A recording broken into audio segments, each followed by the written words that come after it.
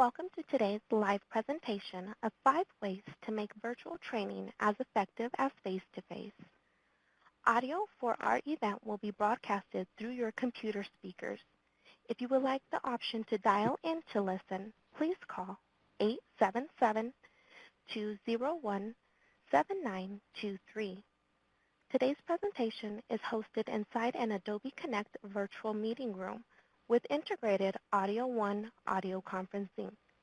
We invite you to learn more about hosting your own events with MeetingOne's tailored conferencing solutions during a brief Adobe Connect demo at the conclusion of the presentation. We are delighted that you have joined us today, and we hope that you enjoy our live presentation with our host, David Smith of Virtual Gurus. Welcome, David, and thank you for hosting us today. Excellent. Patricia, thank you very much. And I want to just say a big hello and welcome to each and every single one of you join us online. Delighted to see we've got Vanessa and Tatiana, Amy, Jamie, Byron, Jax, Kathy, Michael, Hans, Cindy. We've got you joining from New Jersey, from Virginia, from France, from the Netherlands, from Paris. It's great, isn't it? I think it's absolutely brilliant that we actually have this technology which allows us to bring so many people from different parts of the world together in an event at the same place at the same time. And I'm delighted to actually be back with MeetingOne to give you this session, which is 5 ways to make virtual training as effective as face-to-face. I want to thank you for taking the hour out of your day. You could be doing something else, but for me, I'm going to share with you what is titled 5 ways to make virtual training as effective as face-to-face, but I'm going to suggest to you that virtual training itself can be more effective than face-to-face training. Yep, you heard me right, more effective than face-to-face. I love this modality, this technology that we can actually use, and I think if we design well with it and deliver it effectively, then we actually reach a different level in terms of maybe what we've experienced in the past. You know, we asked you as you were coming into the session to answer a poll there, but what does virtual classrooms mean to you? And we got everything from connecting learners from across the country, being able to train our people online. You know, it's participative. You know, I think somebody actually even put in there, we don't want any sleepers in our session. And you're absolutely right. You know, unfortunately, a lot of individuals have gotten this sense that virtual classrooms are kind of like a webinar. I mean, today's a webinar. You're joining me. You're going to hear me talking as we go through this session. You'll get an opportunity to ask questions, and definitely want you to do that. But it's not a discussion. It's not a dialogue. It's not hugely interactive, although hopefully you will see that we are going to make these interactive for you. The first way we're going to actually ask you to do that is by hanging with us and asking any questions. I know we've got one in from Sarah. And Sarah, I'm not going to ignore that. I do want to answer it, but I want to answer it live in just a few moments. We'll pause and we'll pick up on any other questions as we go along. So if you do have a question, don't put it in the chat, because there's quite a few hundred of you here on the session. And if it goes into the chat, we'll miss it. We'll not catch it. And ask all questions over there on that left-hand side. So we're here to talk about virtual classroom. And as you can see by the poll down there in the bottom right, you know, pretty much a good spread in terms of some of you not started using them yet. And I thank you, because if that's the case, you're coming here to get great knowledge and information about how we can start our virtual classroom sessions extremely well. If you're someone that's been doing them for a little while, looking to refine, these are 5 areas, 5 focus areas that you should be looking at if you want to elevate and lift that virtual classroom experience for your learners. So let's get into it. Let's get into actually looking at what we're going to be looking at during the course of today. You know, 86% of top deck organizations are using live online learning such as virtual classrooms. This is a survey that was done here in the UK and Europe with a company called Towards Maturity. Now, they do an annual benchmark which actually looks at learning technologies and how they're being used within our industry. And their top deck organizations are those that are performing extremely well in learning and development. 86% of those organizations are saying they're using live online learning. Now, they're not using it to replace face-to-face. They're not using it to replace e-learning. They're using it to augment it all. You know, I mean, I think for a number of years we've been chasing this holy grail of wanting to deliver truly blended learning. And Virtual Classroom is just one of those blends. It's just one of those tools that we should be using in our toolkit. Yes, e-learning. Yes, face-to-face. Yes, Virtual Classroom. And it's not one or the other. It's and. You know, we are the learning architects, if you like, that are putting training programs together. And as such, a good architect is going to use the right tools to do the right job. Looking at how would you describe your virtual classroom experiences to date, and seeing quite a few of you answering in there. Mixed results, some resistance to online there. Some saying I love it. Delighted if you're in that. Quite limited to date, can be really boring. Some of us tended to have been good, some others have been okay, 50-50 split. Trying to find the time to learn how to do it effectively, mixed results. Some of you are getting very effective, and that's great. You know, and as virtual gurus, our entire role in life, if you like, is to help organizations make better use of these technologies. But, and one of the things that virtual gurus, we very much, our mantra is to help companies to realize the potential of live online learning. I don't want you just to use these tools. I don't want you just to be good at using them. I want you to elevate the learning experience so it's better than the learning experience that learner would get if they were face-to-face in the training program. And I truly believe if we have the right approach and the right way of doing it, we can get it every bit as effective, if not better. And the research backs us up in that. You know, the e-Learning Guild did some research going back about 4 years, 5 years ago, where they surveyed about 3,500 practitioners that were using virtual classroom technology. And of that 3,500 audience, they said that 90% of that audience were saying our tools are not being used to their full potential. Wow. You know, hopefully we're getting it a little bit better nowadays. But 88% of that same audience went on to say that when these sessions were set up and properly designed, properly delivered, those sessions were every bit as effective as good face-to-face sessions. Not just as effective as face-to-face, the good ones. And I truly believe if we actually have the right approach, the right attitude, and the right development of our programs, we can achieve a better result.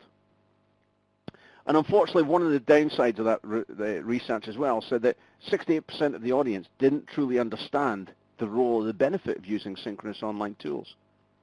What I'd like you to do is go ahead in the chat.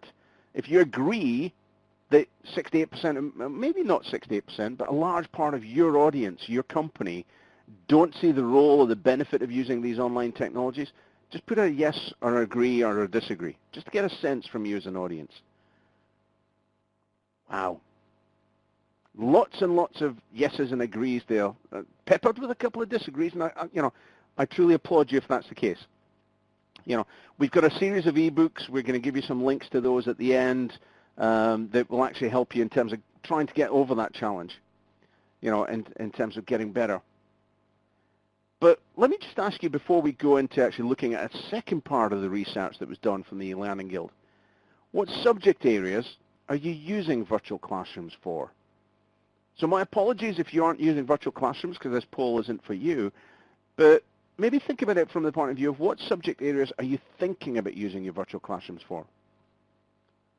Go ahead, I'm going to actually give you a moment just to type that in there. I'm going to answer Sarah's question. And Sarah, I'm going to thank you very much because you put that question in right at the very beginning. You've been very patient. But while people are putting in this poll, I just want to respond to the question you've given us, which is our nonprofit is looking at webinars or virtual trainings to reach more parents. What is the best way to be interactive but maintain confidentiality? You know, it's a great question because sometimes, depending on what you're training or who you're reaching out to, confidentiality might be key. You know, we have a lot of organizations that won't use the webcams because they don't want anything that's maybe in the background to be on webcam. But how do we actually make people interact and maintain confidentiality? There's a couple of tools within the likes of an Adobe Connect or any of the other platforms that I think are pretty anonymous and actually allow people to interact with us and engage with us, probably in a fun way in some sense, but very confidentially. And that is, you could ask people to use the whiteboard tools and ask them to type up on a whiteboard. People don't need to alert you to who typed what. You're not going to know who's typed what on any of the whiteboards. And the other one is to actually get them to actually answer in polls. I'm asking you to answer in a poll right now. What subject areas are you using virtual classrooms for? You're all answering. And yeah, I know the system has got the ability to tell me. I can go behind the scenes and actually see who answered what, but it's anonymous live in the event. It's anonymous live in the session. So Sarah, hopefully that helps you in terms of that question. You know, you can create and drive the interaction through the whiteboard tool or through the polling tools because they actually are anonymous at that point in time until you reveal it.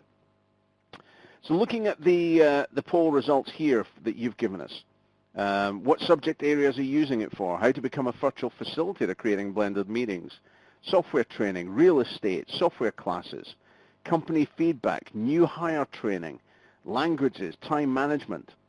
And you know, I've got to confess that marries up with the research.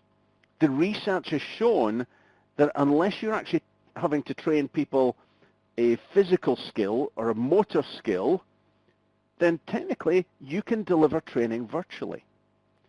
You know, I mean, if we were actually looking to actually get someone to operate a piece of machinery, yeah, we probably want to give them the opportunity to operate that piece of machinery in front of us so we can correct anything or check what's happening.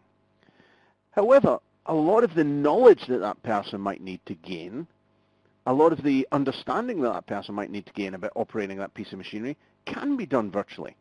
It's purely just the operation of that piece of equipment that might need to be done face-to-face. And that's where I'm saying very much about blending this opportunity of bringing virtual classroom in more and more. So what we're going to do is, in today's session, we're going to look at 5 different areas, 5 focus areas that I want you to consider how you actually approach them. We're going to look at some of the tips along the way in terms of what we can do and why we should be looking at that, because these 5 key areas alone will elevate your virtual classroom experience for your learners. The first one is for us to actually think about interaction. You know, look at all the interaction that we've had, yet I know not one of you have spoken a word yet. We've got you working in the Q&A there. We've got you working in the chat panel. You know, we could have you using whiteboards. We could be using polls. You know, it's all interaction. And unfortunately, interaction does not just happen. You know, many times I've heard the fact that, yeah, we've got this fantastic platform. You know, we're using Adobe Connect, but we're not getting people to speak to us. And it's because just because you've got the platform doesn't mean to say it's going to happen. You need to plan for it. You need to manage it. You need to design for it. So what I'm going to ask you to do is answer another poll for me here. What do you think are the different ways in which you think we can interact in the virtual classroom itself? So while you're doing that, I'm going to just grab a look at another question I've got. And Nina asking the question, what are some ways to increase participants' engagement during virtual sessions? You know, with Nina, great question. Within the virtual classroom side of the industry, we all work on the basis of looking to create an interaction happening every 3 to 5 minutes on average. You know, whether that's me, you know, and it's different because we're in a webinar right now, but we're still following that same kind of rule. I'm giving you a chat to actually do. I'm giving you a poll to do. I'm looking at comments that are coming in. I'm answering questions that have actually come in. We want to keep that interaction high. If you keep interaction high and if you use people's names, you're going to keep their engagement.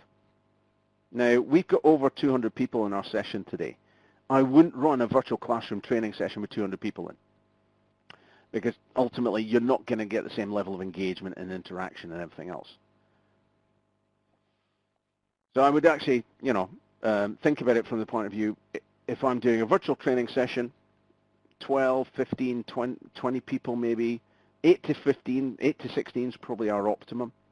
then I'm going to call on people more regularly. I'm going to use Q&A. I'm going to use chat. I'm going to use quizzes. I'm going to give them the microphone and give them the floor. And if I look at the poll responses that you've given me here in terms of what are the different ways we can interact, breakout rooms, polls, group activities, whiteboarding, screen sharing, simulations, chat pods, absolutely everything else, we can sum that up into 3 categories. If we think about the way we can interact with our people, interaction is possible in 3 different ways. You can interact with me and I can interact with you. It's the way most training is delivered. The facilitator is going to interact with the audience. I'm going to ask a question of Tracy or of Cindy or of Hans or Jennifer. I'm going to call that question out. I'm going to ask you to go ahead and raise hands for me or do something because I then want to ask a question for you. So the key driver of the interaction is what I do as a facilitator and the questions that I'm actually asking. The second area, and this is an area that I find that so often people don't pay too much attention to in virtual classroom. It seems to be the first one, the facilitator being the all-seeing, all-knowing expert, tends to be the one driving the interaction. But how about we step back from that a little and allow more of the interaction to take place between participants? And we're going to share a couple of examples of what we mean by this in just a second. And the third way, and probably one of the more obvious in these virtual environments, is interaction that we can create and design which has you interacting with the actual technology itself. So let's look at these 3 in just a little bit more detail. Between me as the facilitator and participants, and you can probably tell it's a great likeness. I've maybe got a few more gray hairs now, but I've got to thank Brittany for the artwork there. But really, the key way that a facilitator is going to interact with our participants is verbally. We're going to call out, Nina had a question or Sarah had a question and ask her maybe to elaborate on it or maybe to, pick someone from the audience and say, what would your response be to X? So we're going to very much want to control that amount of interaction. I can ask a question of you, and I demonstrated that right at the very beginning of our session today by putting a question in chat. If you scroll right to the very top of the actual chat panel, and it's on the right, I asked you, where in the world are you joining us from? Except I didn't spell world properly, but never mind. So we can create that interaction by actually getting it in chat there.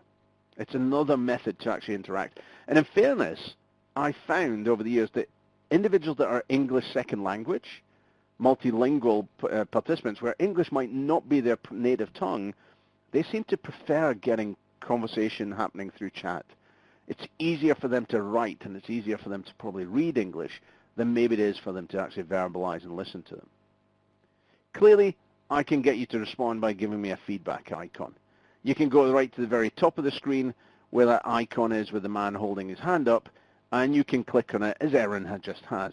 Well done. Thanks for that, Erin. And in fairness, a lot, yeah, I see your virtual haha, thank you. In fairness, we use that an awful lot in our training sessions. I've seen something as simple as people putting in a poll, and actually the poll is a question with a yes or a no response. And I'm like, why do I need to build a poll and have a poll to run to get a yes or no? Why don't I just ask people to give me a green check and a red X instead?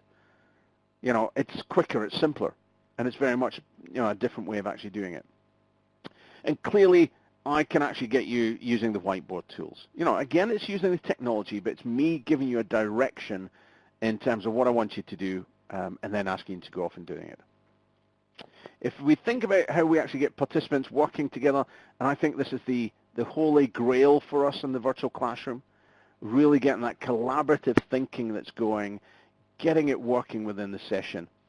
A great way to do it is to say, yeah, we've got a great comment that's come in there from Peter. Peter, can you explain that a little bit more for me? So Peter actually then gives us that knowledge or that information he wants to share. And then me turning and saying, yeah, Joel, what do you think about that? What do you think about what Peter just said? Again, we've got to make these things happen as a facilitator in the session. We can get you collaborating within the tool set.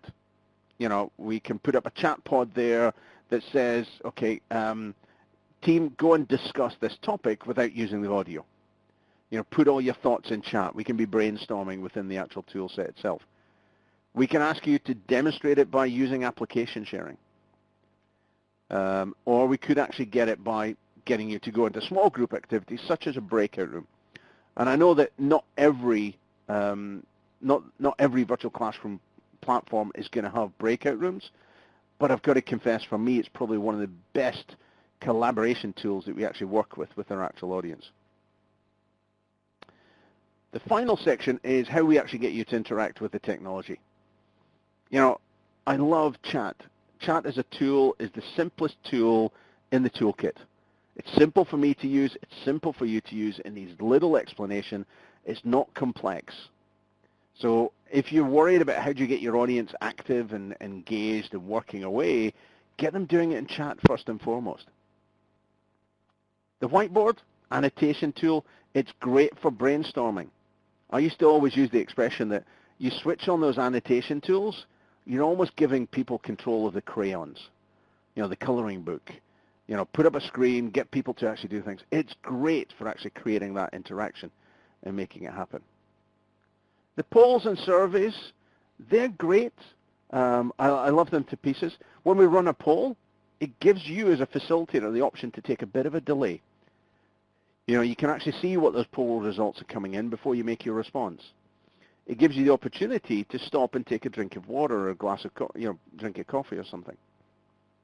And then clearly one of the great things about these technologies is the screen sharing, and the fact that if we actually are screen sharing, we're all on the same page.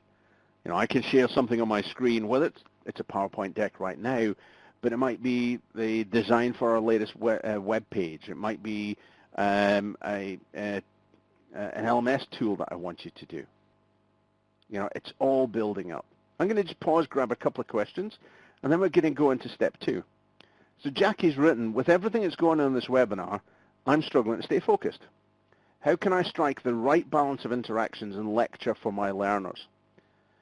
You know, Jackie, a lot does go on in these kind of events.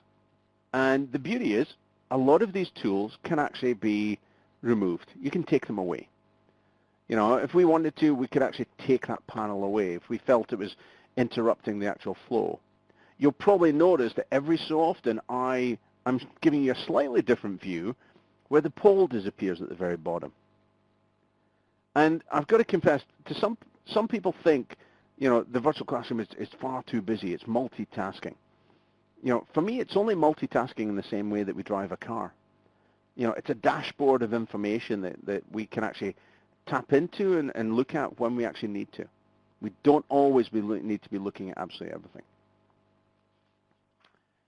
Okay, so let's look at our second element. And our second element, I think, is absolutely critical to modern day learning. It is that we have to, when we actually take training from being traditional face-to-face, creating a blended solution that includes virtual classroom, I truly believe that the second thing we need to do is to rethink how we provide the knowledge.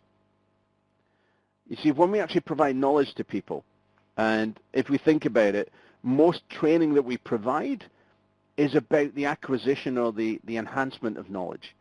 It's, I don't know how to present, so let me understand how to present. You know, my negotiation skills aren't that great, so let me build up what are some of the negotiation strategies that I should develop. A lot of the training we develop is knowledge-based. And I think the way for us to think about it is that we need to help the learner acquire the knowledge. In other words, to actually develop that knowledge from scratch or to enhance it, to help them to process the knowledge, and I'm going to come back to that sec, because that's probably the more important part for me, and very much apply the knowledge. Now, let me share with you what I see and what I think is happening with regards to the whole sense about acquiring, processing, applying. Because I think that what's actually happening is in a face-to-face session, we tend to have more time available to us. So in terms of this process of acquire, process, and apply, we spend a large part of our virtual class, our face-to-face training session, helping the learner to acquire the knowledge. Let's say we're doing a conflict management program. I might spend a large part of time demonstrating to you Thomas Kilmann's instrument for conflict management. in his 5 different ways of handling conflict. We might turn around where, as a facilitator, I might demonstrate it to maybe one of you as a member of the audience. And then what we might do is help you to process that knowledge by giving you a role play or scenario to actually do. Invariably, what will tend to happen is we'll allow you to actually apply the knowledge post-event in the role. You know, it's something we often leave maybe to chance somehow. But when we actually think about virtual classroom, we have to rethink how the knowledge is provided. Because we don't have an 8-hour virtual session. We may have 90-minute or 2-hour segments. And I use the numbers 90 minutes, 2 hours, because that really is about the average time that most people are spending in virtual classrooms. But what we're going to need to do is to rethink that maybe the knowledge piece has got to be more of a pre-work element. This is where we're going back to the sense of a true blend, where we actually provide the Thomas Kilmann instrument as maybe a short video or a PDF or something that they're going to read prior to the session.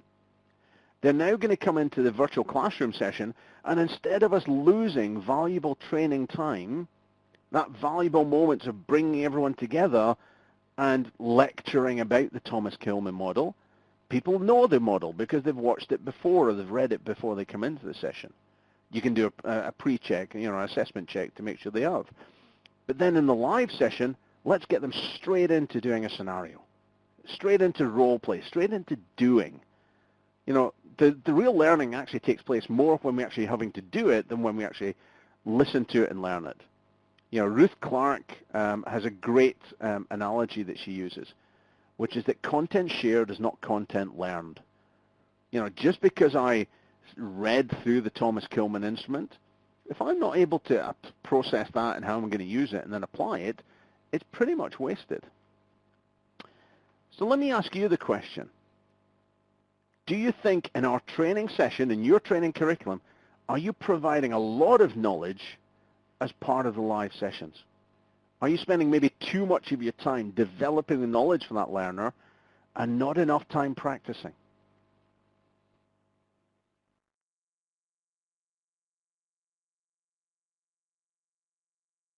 As I'm pausing for you to answer that question, I'm going to personally answer the one from Nina here.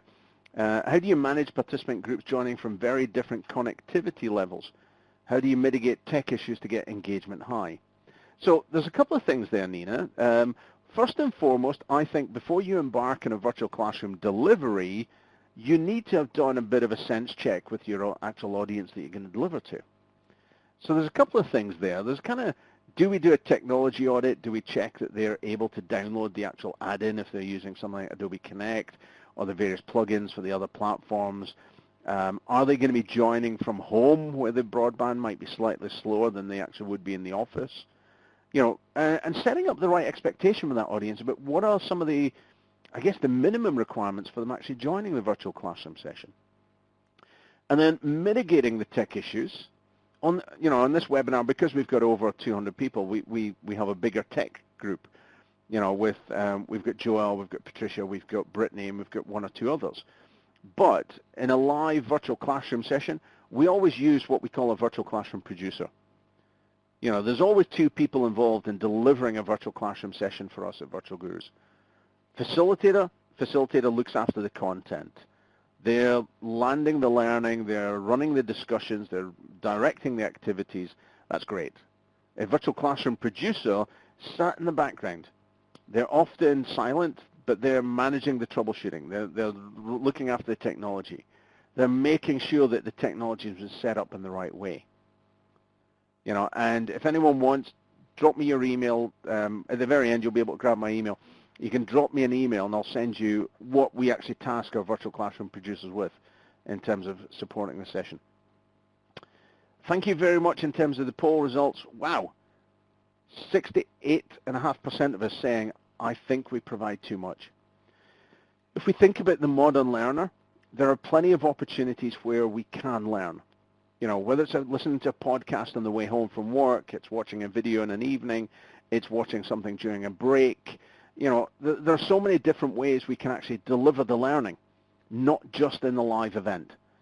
And I think, it's a little bit like the expression of just because you always did it that way doesn't mean we always have to do it that way. I think what we've got to do as we move forward, we actually do need to actually be thinking about different ways in which we actually deliver learning. If Virtual Gurus, we did that. We did it quite well, I think, in that we actually created a lot of the knowledge that we want our people to actually take on board in an offline resource. So this is a snapshot of our Virtual Gurus Learning Hub. Our programs are all about upskilling people to use virtual classroom technologies more effectively and more efficiently. But as a learner, you'd actually have the virtual workshop sessions themselves as well as the offline tool of the Learning Hub.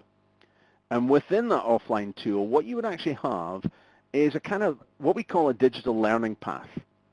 So it's a journey that we want you, the learner, to take. And that journey might be read something, watch something, comment on something, come to the live session, revisit this resource library, and it's got a whole series of steps that we want you to actually take. Now, some of these steps you may actually class as pre-work or post-work or inter-session work, but we don't call it that. It's step 1, it's step 2, it's step 3, all the way through the sequence. But we spend a large part of our time where the learning is developed by the learner outside of the virtual session. The virtual sessions become much more interactive because they've got the knowledge. We don't have to lecture around that piece anymore. We can bring them in and do case study and scenario and role play much more efficiently. I'm going to pause and just grab another question. I know the team are working frantically to actually figure out in the background how we answer as many as we can. How long have you found it takes for a trainer to become effective with virtual classrooms? Great question, Jeremy. Some people take to it like a duck to water. Others are never going to make the actual jump. In the last 8 years, I've been involved in training organizations to use these technologies much more effectively. I've seen great face-to-face trainers fall because and it's not that they need to be technically minded, but they struggle with the interaction that's needed. How do you engage with an invisible audience? We're leveraging the tool set when all my life I've been told the tool set is me, the individual, and how I actually manage the group dynamic. In terms of how long you find it takes, in fairness, it probably does take, our training sessions are 6 times 2 hours in durations. There's 12 hours. There's maybe another 4 to 6 hours worth of self-paced learning there. And that's just to get them through the learning piece. I think it probably takes someone very much 3 months, 6 months, in some cases maybe even longer, to actually become a great virtual classroom trainer. But as I say, it depends on the individual. It depends how they've been trained and how they've been supported. Many individuals that are delivering training virtually have never had any formalized training. And that really becomes part of the key challenge. Part of the challenge to that is that individual, or those individuals, don't leverage the platform tools that well. And that's our third area of focus. To truly leverage the platform tools. If you think about the entire tool set that exists within your virtual classroom platform, it's there to be used. And unfortunately, I do think that very often, just in the same way that we may all use Microsoft Office on a day-to-day basis, but I challenge us all. How much of that Excel program do you actually use? 10, 15, 20% of its functionality? I know I do. I don't. This in terms of the platform tools and let you think about it from the point of view of, what are all the tools that you might have within your virtual classroom platform? I'm going to pause a second. I'm going to help myself to some coffee here.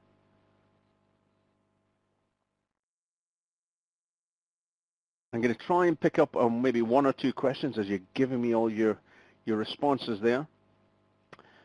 Corey, will you show the whiteboard tool? I shall try to just in a few moments. Tyler, how do you manage the acquire step if your class doesn't do the pre-work very well? Tyler, I wish I'd picked that question up just a few minutes previous.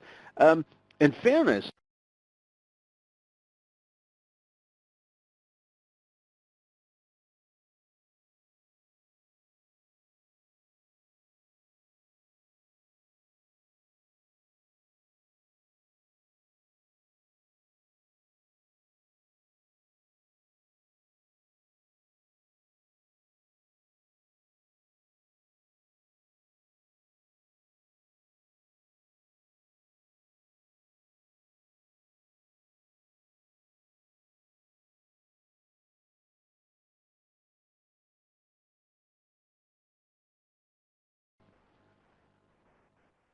Okay. Your mic. And folks, apologies. I think we had a bit of a technical gremlin there. Hopefully you are actually back on with us. I can see there's a message there that says it's come back on. And you know, I'm going to say that that's probably good timing, actually. It's good timing for us all to realize that when we actually do go to something like the virtual classroom, we shouldn't expect to go to it and it's infallible. We shouldn't go to it and think it's never going to actually cause us a hiccup. We'll come to that pretty much towards the end in terms of a great way of thinking about it, because the technology is not infallible. It can falter and hiccup, just in the same way that your broadband can, your internet can. But Tyler, how do you manage the acquire step if your class doesn't do the pre-work very well? For me, people don't do pre-work if they don't realize how the pre-work links to what they're going to do in the live classroom.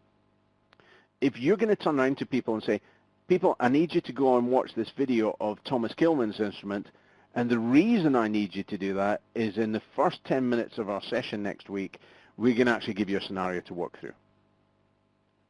If people don't see the connections, they're not going to do the pre-work. And that becomes a big challenge. List all the tools you might have, breakouts, chat, you know, whiteboards, clock, document sharing, engagement tools, absolutely everything else.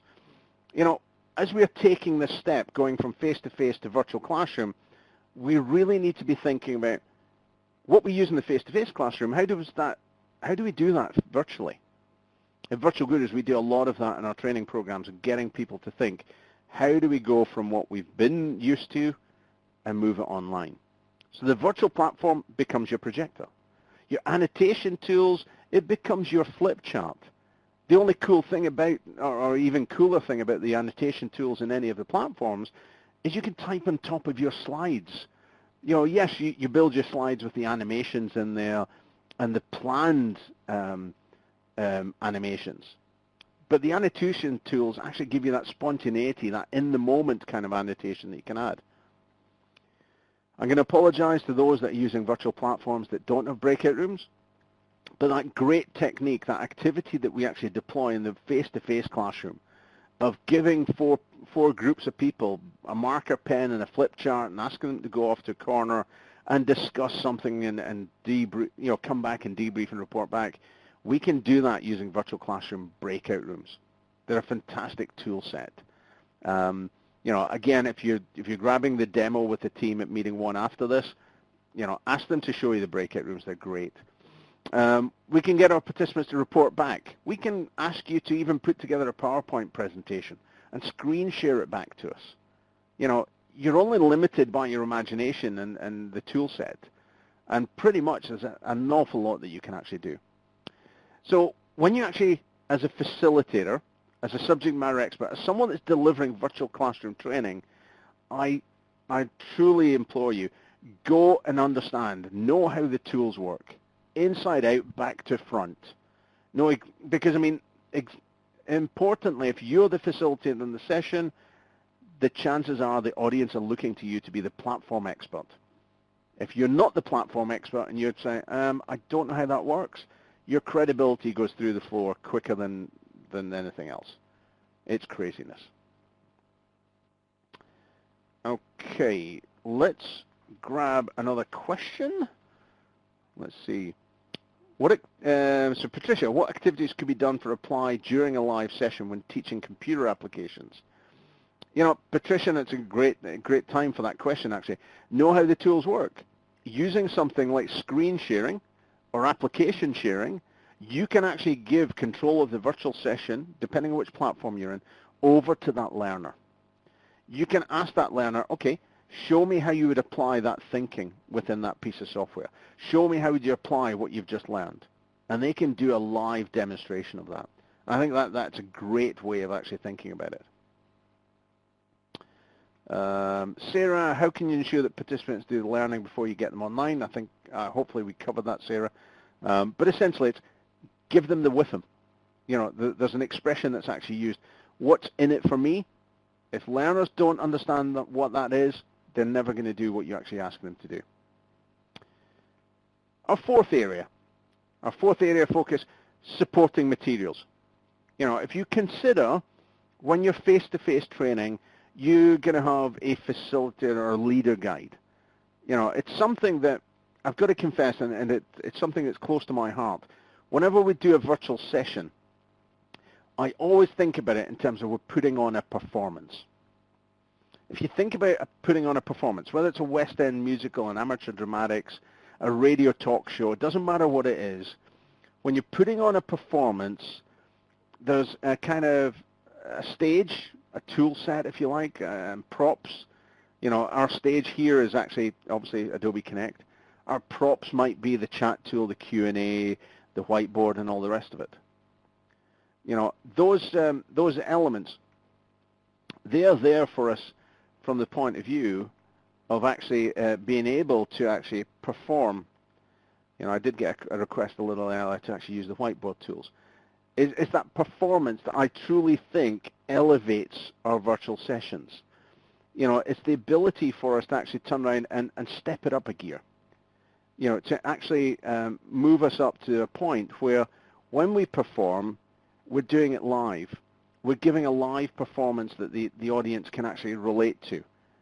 It's something that we create that performance on their behalf. And if we give them a poor performance, we're going to get rubbish reviews. It's obvious. Think back to the stage musical or the West End play. How does everyone know which part they play and how they play it?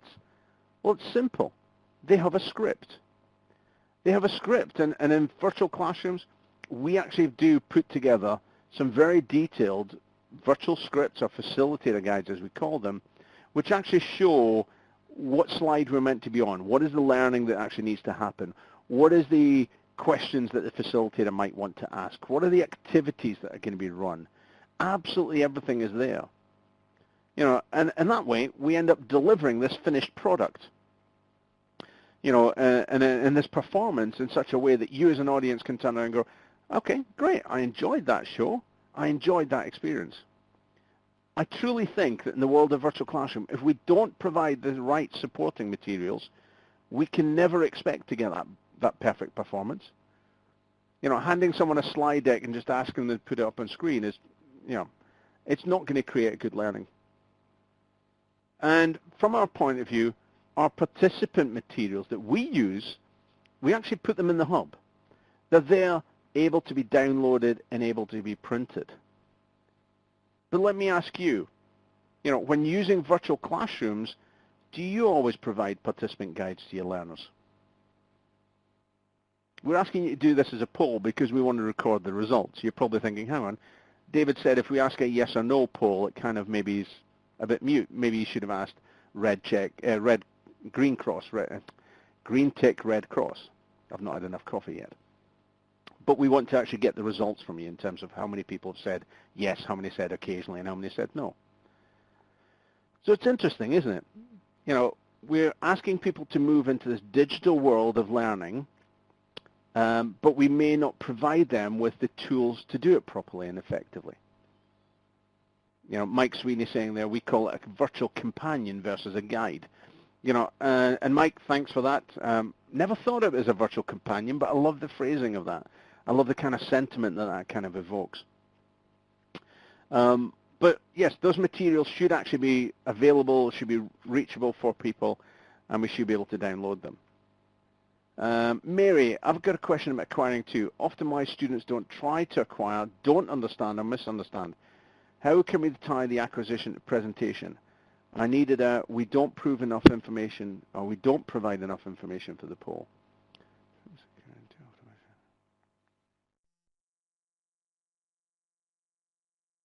Okay, so I mean, in terms of that, if people aren't going to be if they're not there to acquire the information, as I say, for me, it's often they're not seeing why they need to do that.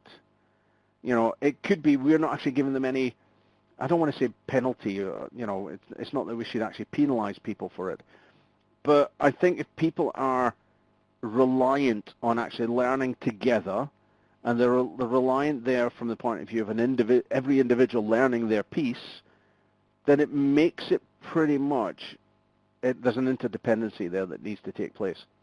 And I think, Mary, for me, as a large part of it, which I think is the more people understand about what is required and what is needed, and more importantly, why it's needed, then I think the more we actually are likely to get things to happen.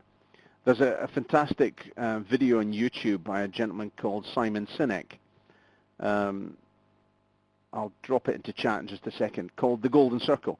And he talks about start with why, not with how and what, start with why. Answer the question of why, and people are more likely to want and be able to do the what and the what and the how. Our fifth step, and the final step around this, is very much the step of technology planning. You know, there's this whole sense of the technology, as you've seen already, will bite us. And unfortunately, it's something we've got to understand it's going to happen. Let me just ask you a couple of questions here. How has technology bitten you? And I'm guessing pretty most of you can turn around today and well, it dropped my audio. I know that some of you have maybe dropped from the session. It might have slowed you down. But let's just get that result there. As well as when running virtual classrooms, do you use a live technical support person? I've got to confess on that second poll, do you use a live technical support person? For me, there's another response that I want in there. Yes, why would I not? You know, why would I not use a technical person live? You know, if many of you are struggling with that challenge within the business of getting the business to agree to actually giving you a virtual producer, drop me a line. I'll give you the ammunition. I'll give you the support that says this is why you should be thinking about why wouldn't we have someone there. It's quite simple. What is the cost to the business of the business not being able to run that training event? If you're the only facilitator, if you're the facilitator and you're flying solo and you don't have a depth of experience of troubleshooting within the actual platform itself, what happens when you can't fix it? You're halfway into a training session. It's a 3-hour training session. Are you going to send everyone home? Are you able to reschedule at the drop of a hat? That, to me, is the justification in its own right for having a producer in the session. But our virtual classroom producers do a lot more than just troubleshoot. So, you know, you can scroll through the, you know, how is technology bitten you? It's not let you in. We've lost connectivity. We've lost audio. But the reality is, almost every technical challenge that happens, we know is going to happen at some point or other, whether now or in the future. We know we're possibly going to get a drop in audio. We know we're possibly going to get a drop in actually the connectivity. But there's things that we can do to actually mitigate those. We can actually set the right expectation with our audience about how they should set up for the actual virtual session.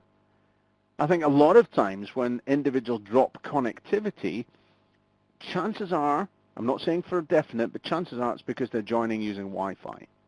Or if they drop in the audio, they might be on a cell phone. Those two devices are very prone to fluctuating in service. The signals can come and go. The signal speed can actually go down enough where it will actually drop you out of the session. It's not the platform that's doing that. It's not Adobe Connect. It's your signal strength. Now, sometimes, yes, sometimes the internet does go bang. You know, thankfully it doesn't happen very often. But there is always contingency planning. And that's why when we actually run our virtual classroom sessions, we've got me as the host or the instructor very much focusing on the learning and nothing else.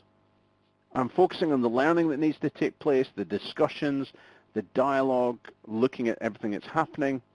In the background, the producer is focusing on everything else. They're looking after 3 audiences. They're looking after the learner audience, any troubleshooting that needs to happen there.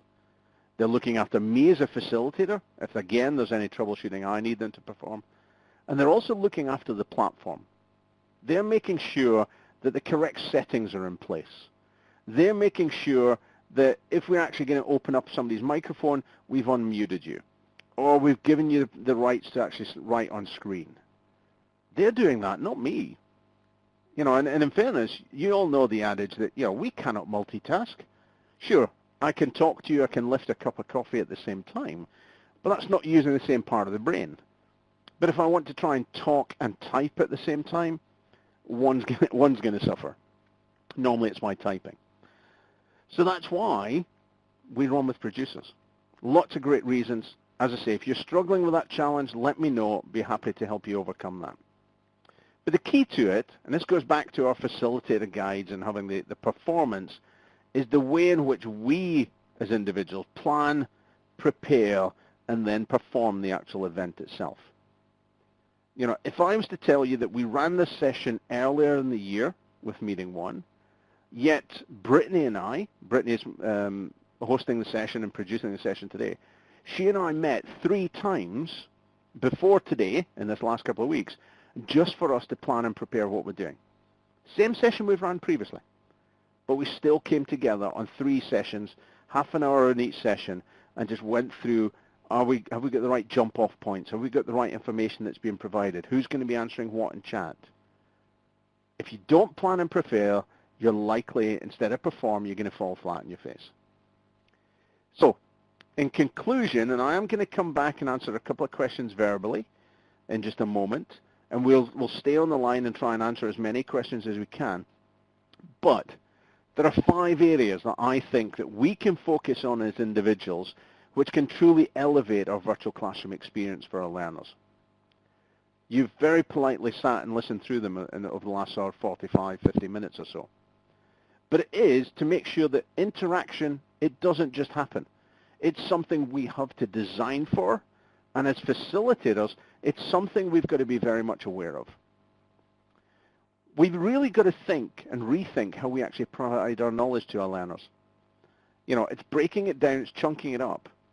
You know, I hear so very often people saying, I've been asked to take this 3-day face-to-face program and make it into a virtual session. How on earth will it fit? And, you know, let's face it, it doesn't. What you actually need to do is to break up the learning. Think about what is the need-to-know knowledge that maybe exists in that program, and what is the nice-to-know. The need-to-know needs to be kept, whether it's a piece of e-learning or whether it's something that actually is in the live event itself.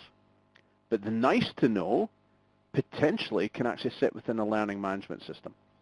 A lot of the information that's in our hub is probably what I would regard more as nice-to-know than need-to-knows. As a facilitator and as an instructional designer, you need to understand exactly how the tool set works. There's no point in you designing an activity and then the facilitator trying to work out, can he even run that facility in the live event?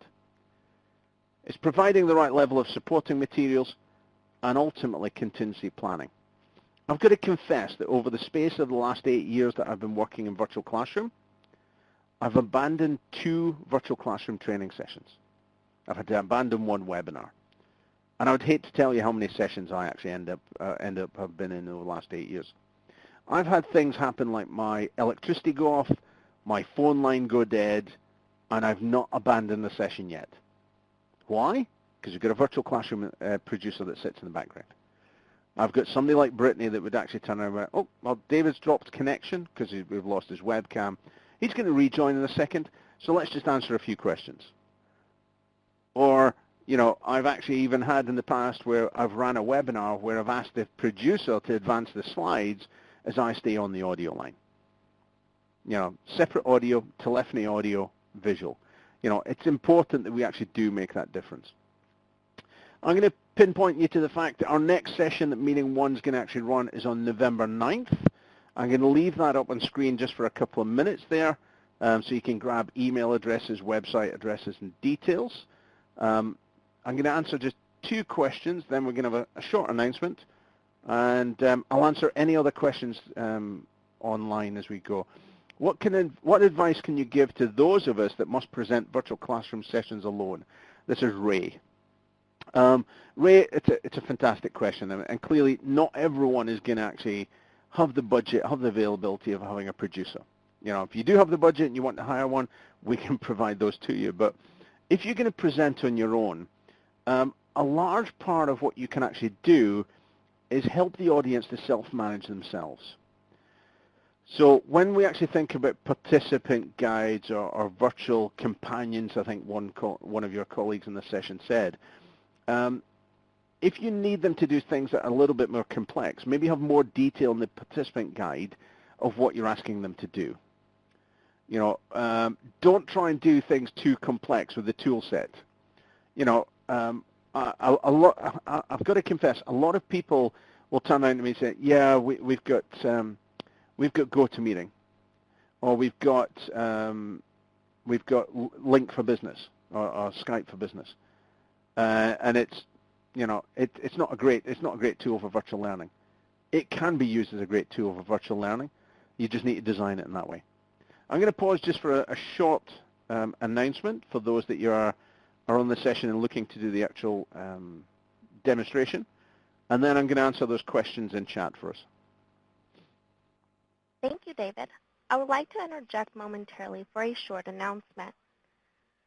At this time, we will be opening up a brief live demo of Adobe Connect in another virtual room. We invite you to join us if you have any questions or would like to learn more about hosting your own virtual sessions, meetings, or webinars with Adobe Connect. I will now turn the session back over to our presenter to continue answering any questions you might have on today's presentation. Back to you, David. Thanks, Patricia. Okay, so question from Sarah. How do you get buy-in from people who are scared or resistant to the technology? Sarah, it's a good point. I mean, there's a lot of individuals where technology doesn't form part of their everyday life. I'm one of those people. I'm a technology freak. I've got mobile phone, I've got iPad, I've got laptop. I buy sometimes the latest gadgets, and I'm very much technology based. In fact, I'd confess to being probably one of the world's oldest millennials in that sense. I think, in fairness, Sarah, it's not doing too much too quickly with them.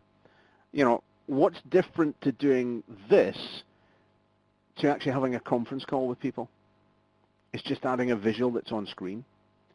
If we actually allow people to actually to understand and see what's possible, then it's more likely that we're actually going to get a better result from them.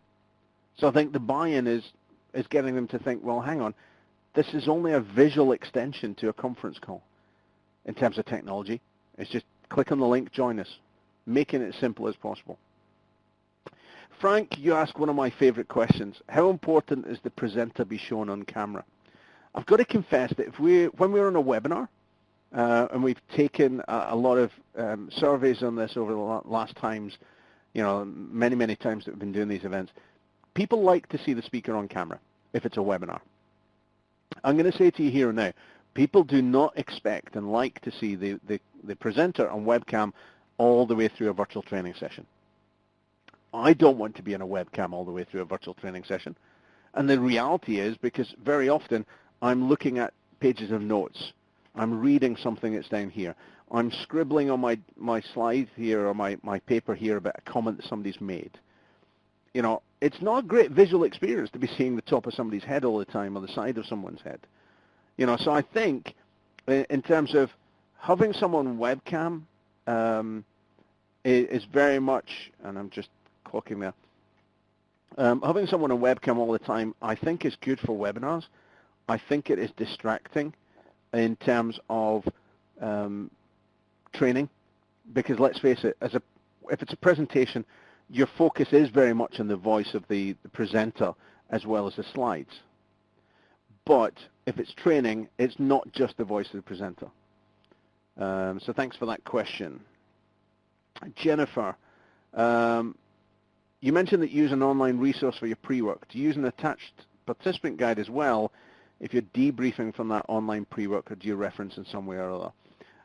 Jennifer, different programs, different ways. But invariably, yes, we're looking to actually probably provide them with a learner journal.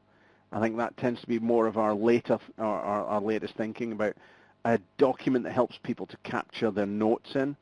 But bear in mind, more and more people nowadays are actually using digital note-taking. Whether that's they're using something like Microsoft Word or Evernote or OneNote or whatever, they're stepping into more of that digital note-taking. So I think the days of actually having to provide paper-based documents is kind of going by the wayside. Corey, any tips for managing live sessions at the same time as a virtual session? You talk to probably in fact, I spoke to some of the team about this right at the beginning. We are starting to see more of a trend of virtual classroom actually being used where you have co-located groups of learners. So you might have a group of learners in Shanghai, in Beijing, in Australia, and the facilitator is based in Europe. And in each of those areas, there might be 4 or 5 or 6 different participants in one area. So what you're talking about is that combination of classroom at one end, virtual to actually deliver the learning. And we've used that and used that quite extensively, and it works really, really well. However, there's a couple of caveats to that. The people that are actually in the rooms, they have to have a high-quality audio system. You know, they have to have not just the regular office speakerphone. It has to have a conference speakerphone.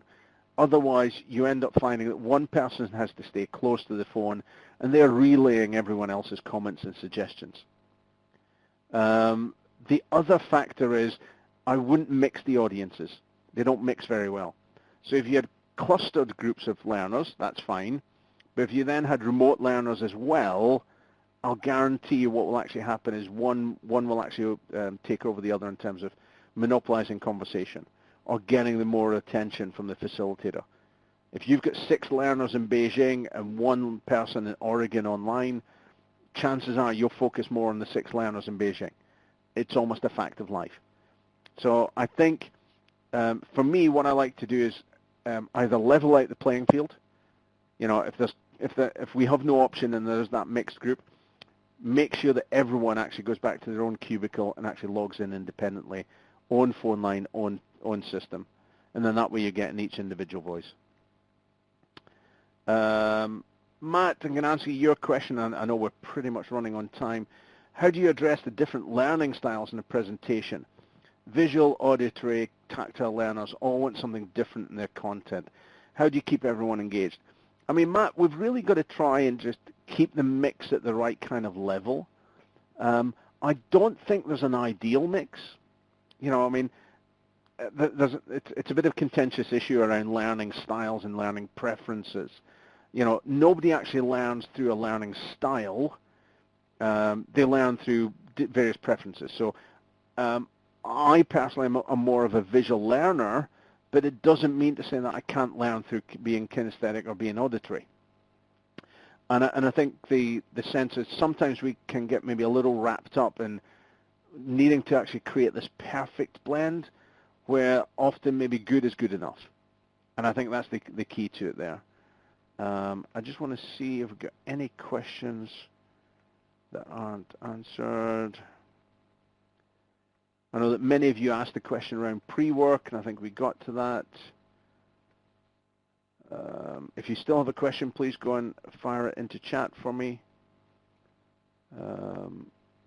If you do want a copy of checklists and that, if you can just drop me an email, I'll do it from there. I think we've got to all the questions. Excellent. Well, with that, feel free to actually download. There's links on the left-hand side at the bottom. You can take away a copy of today's slides, as well as the ebook that actually accompanies this actual webinar. But with that, I'm going to say thank you very much. You've spent a little over an hour of your time here with me today. Thoroughly delighted that you've been online with me. Jennifer, yes, you're going to get everything in the recording. I'm going to thank you very much for taking that time out. You've come to listen to me talk about virtual classrooms. And I hope that you're actually walking away with some very strong ideas about how you can elevate your virtual classroom experience up to that next level. If I can help in any way, Melissa, thank you very much about the accent. If I can help in any way, drop me an email. Any questions you've not been answered or you want to actually pick up on, I'm happy for you to do so. I'm going to just drop my email back into chat for you. And with that, I'm going to wish you a wonderful rest of your day for this Wednesday and look forward to seeing you online at some point soon. Thanks very much, everyone.